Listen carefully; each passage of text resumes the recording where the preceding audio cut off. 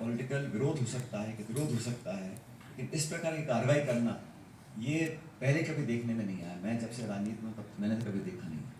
और ये दूसरा उदाहरण है, पहले झारखंड में हुआ, दिल्ली में हुआ, न जाने आगे क्या होगा।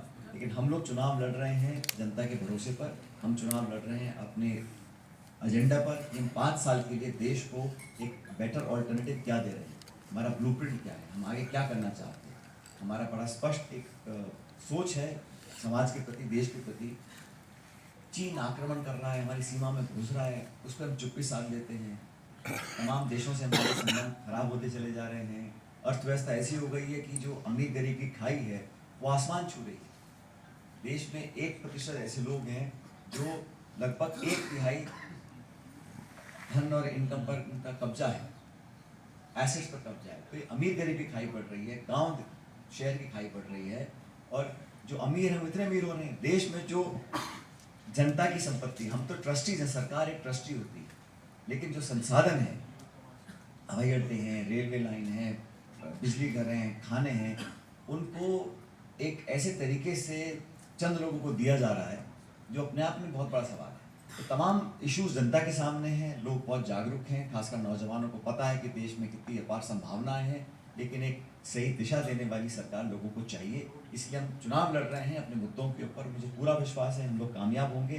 जैसे मैंने शुरू में कहा कि छत्तीसगढ़ में जो हमारे चुनाव होंगे, बहुत ज़्यादा हम लोगों को भरोसा पब्लिक के ऊपर है, हम अच्छे परिणाम लेकर आएंगे।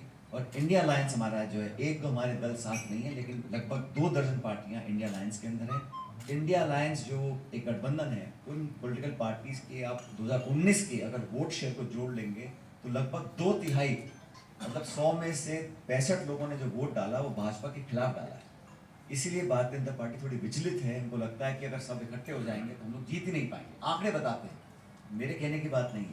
इसीलिए तरह तरह के एक्शंस हो रहे हैं कांग्रेस पे, चाहे वो सोनिया जी हों, राहुल जी हों, हमारे नेताओं पे हो रहे हैं, विपक्षी नेताओं पर हो रहे हैं।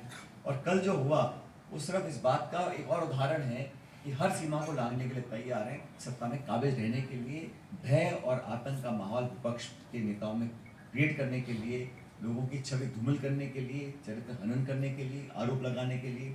जांच से कोई मना नहीं करता है, जांच आप कराइए, करप्शन खत्म कीजिएगा, लेकिन ऐसा नहीं हो सकता कि 95% जो जांचें हो रही हैं ईडी की, वो सिर्फ और सिर्फ विरोधियों के ऊपर हो रही हैं।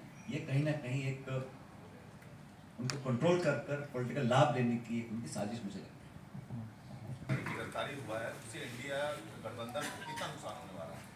इंडिया गठबंधन जो बना है, हम अलग अलग पार्टीज की अलग अलग सोच है, हमारे भी मतभेद हो सकते हैं, लेकिन हमें लगा कि देश के लिए, संस्थाओं को, संविधान को, गणतंत्र को सुरक्षित आगे की रखने के लिए हम लोग को इकट्ठा आना चाहिए। इसलिए हम साथ आए हैं। मुझे तो लगता है कि इस प्रकार की कार्रवाई से गठबंधन और मजबूत होगा, क्योंकि ठीक इसी प्रकार की कार्रवाइयों पर अंकुश लगाने के लिए हम सब लोग इकट्ठे आए। हमारी अलग अलग सोच विचारधाराएं हैं, लेकिन देश हित में हम लोगों ने एक साथ एक गठबंधन बनाया है। हम लोग सीट शेयरिंग कर रहे हैं। बहुत जल्द जो अधिकांश जो बाकी बचे राज्य हैं वहाँ पे हम घोषणा करेंगे। कि मुझे नहीं लगता कि इस प्रकार की कार्रवाई से हमारे गठबंधन पर कोई फर्क पड़ेगा, बनस्पत मुझे लगता है और मजबूती मिलेगी इस प्रकार के कार्य कर भाजपा सरकार कर। पायलट जी, सवाल मोदी जी से